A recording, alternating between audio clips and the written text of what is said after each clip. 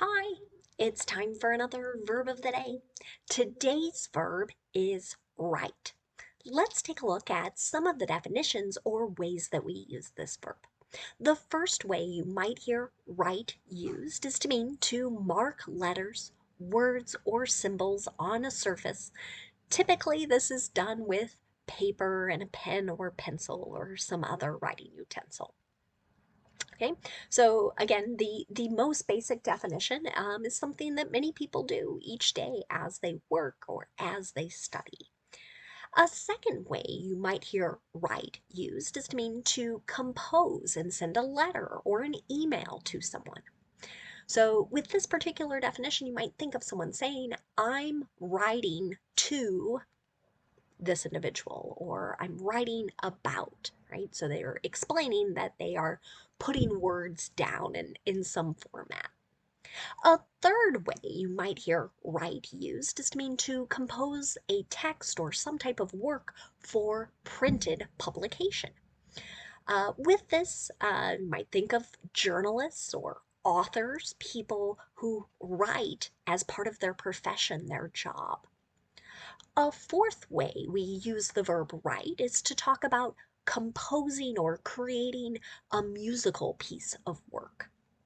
So someone has to perhaps write the words or lyrics and write the music or compose the music. So write can be used in a couple ways as we talk about music and creating it. A fifth way you might hear write used is to mean to fill in a check. So checks are maybe becoming a little less common in an age where we have mobile payment apps and a number of different ways to pay, but you will still hear people say, I need to write a check for my rent or something of that nature. You should know that write is an irregular verb. To make the progressive form, we're going to drop the E and add ing to form writing. The past tense form of this verb has a spelling change, so we're going to change the I to an O, and we pronounce that wrote. The participle form of this verb also has a different spelling. It's Written, and we pronounce it written. Written. Okay?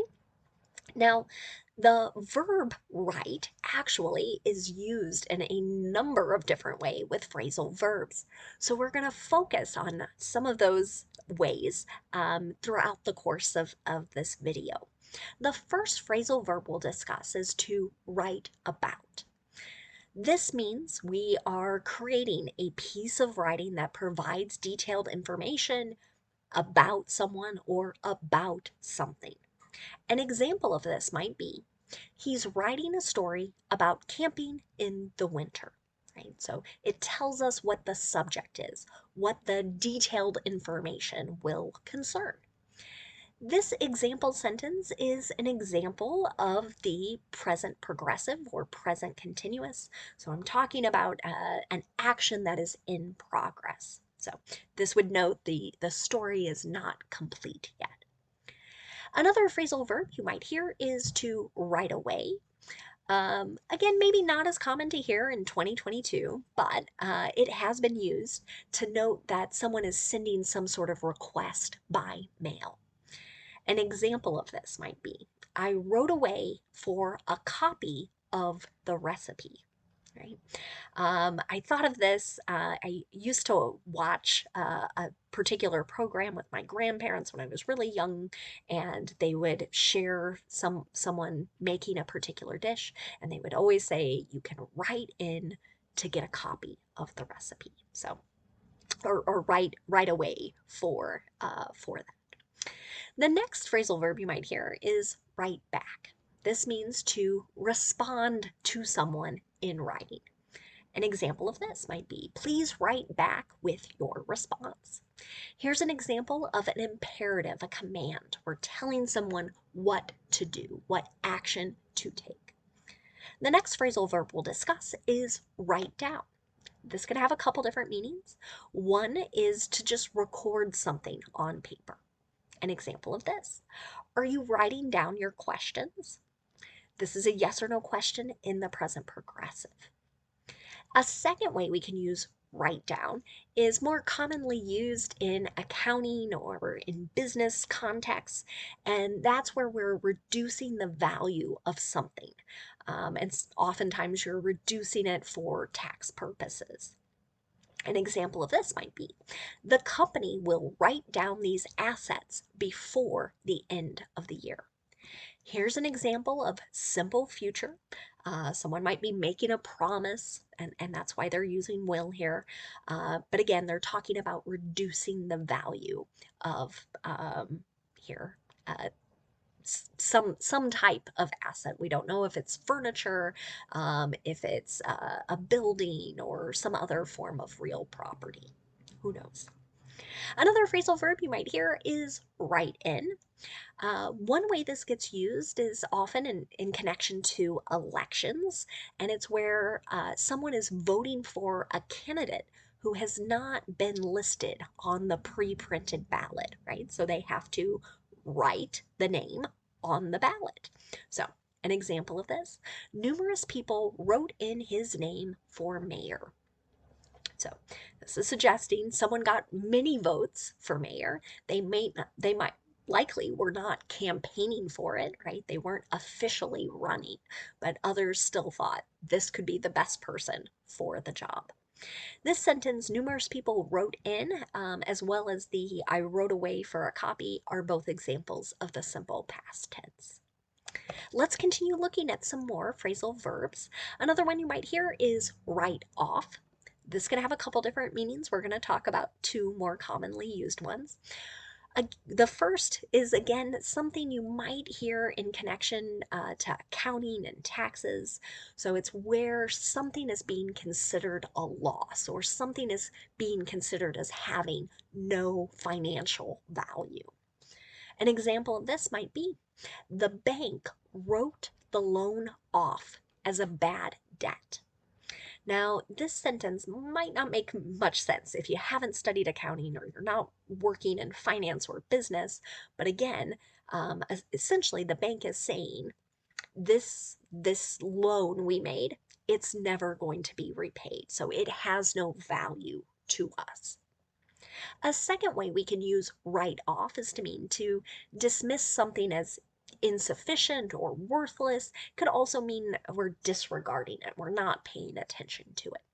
An example sentence might be, many coaches had written her off before her impressive senior season.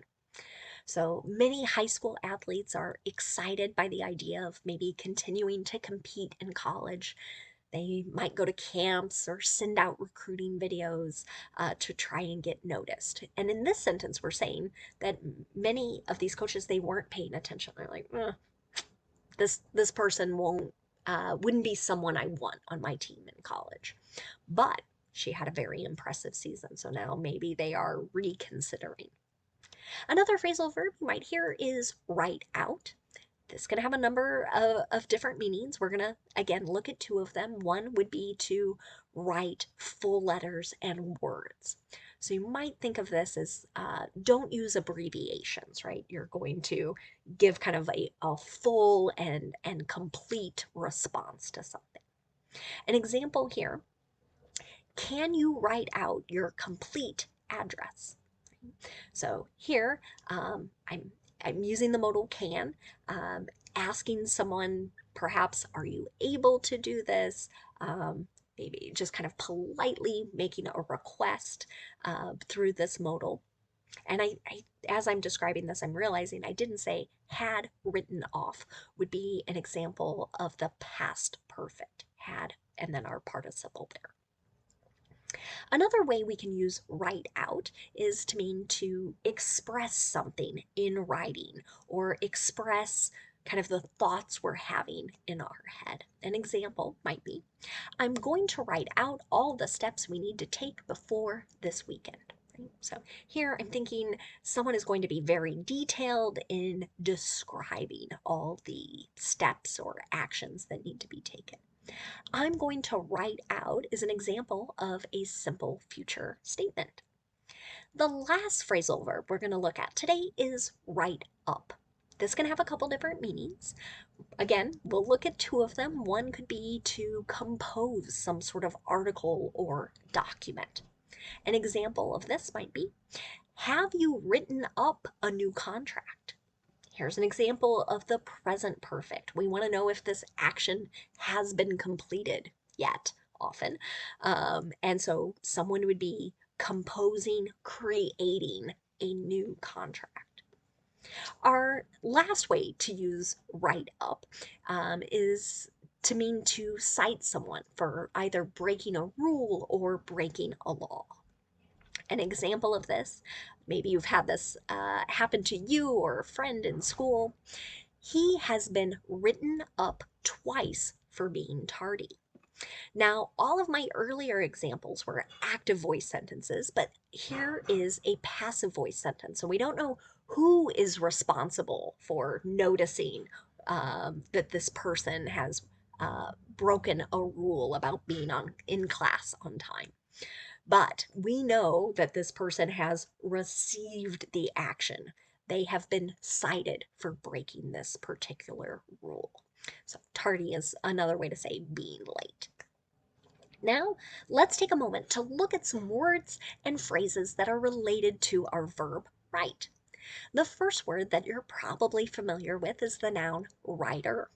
This can have a couple different meanings. We could be talking about a person who writes certain text or even music. So an example of that, who was the writer of that article? You might be curious, right? Who produced this? Another way you'll hear the noun writer used is to describe a particular person who writes in some way. An example of this might be, David Sedaris is a humorous writer, right? So here, how does he write? In a humorous or funny way. He is one of my favorite humorous writers, which is why I'm using him as an example. Another related word that you might hear is the noun writ. Now, this is not an everyday word you're likely to encounter, but if you happen to be studying political science or law or working in a field that's sort of connected to that, you might encounter this noun. The noun writ means a form of a written command. So generally, this is something coming from a court or some other legal authority, and it's telling someone to act in a particular way or to abstain or stop acting in some particular way. An example of this might be the Supreme Court issued a writ of certiorari. Now, this is a very detailed sentence that might not mean too much to you, especially if you haven't studied the legal system in the United States. Many times this particular word gives people trouble, and even lawyers will just abbreviate it or shorten it to cert. But that's really what the court is saying. They're going to hear a particular case. They're going to consider the issues in this particular matter. A related phrase you might hear is writer's block.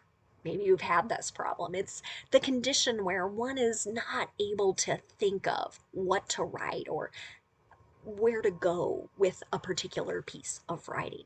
An example of this might be, this is an awful time to have writer's block. The paper is due tomorrow. So here someone is saying, I don't know what to write next, but I need to turn something in, right? So this condition of being unable to think about what to write, it's a bad time for it. Another phrase you might hear is writer's cramp. So this can be pain or stiffness that occurs in one's hand, especially after someone has been doing a lot of writing by hand. An example of this might be, students in 2022 will never understand how painful writer's cramp could be after a day of essay tests. Now, in many school districts, students get their own laptops, their own tablets, and many are learning to type at an early age, which is great. It's a good skill to have. But for many people, they aren't doing as much handwriting as someone who grew up in the 80s would have done when we were in school. So I hope this video helps you understand how to use the verb right. Thank you so much for watching. I hope you have a great day.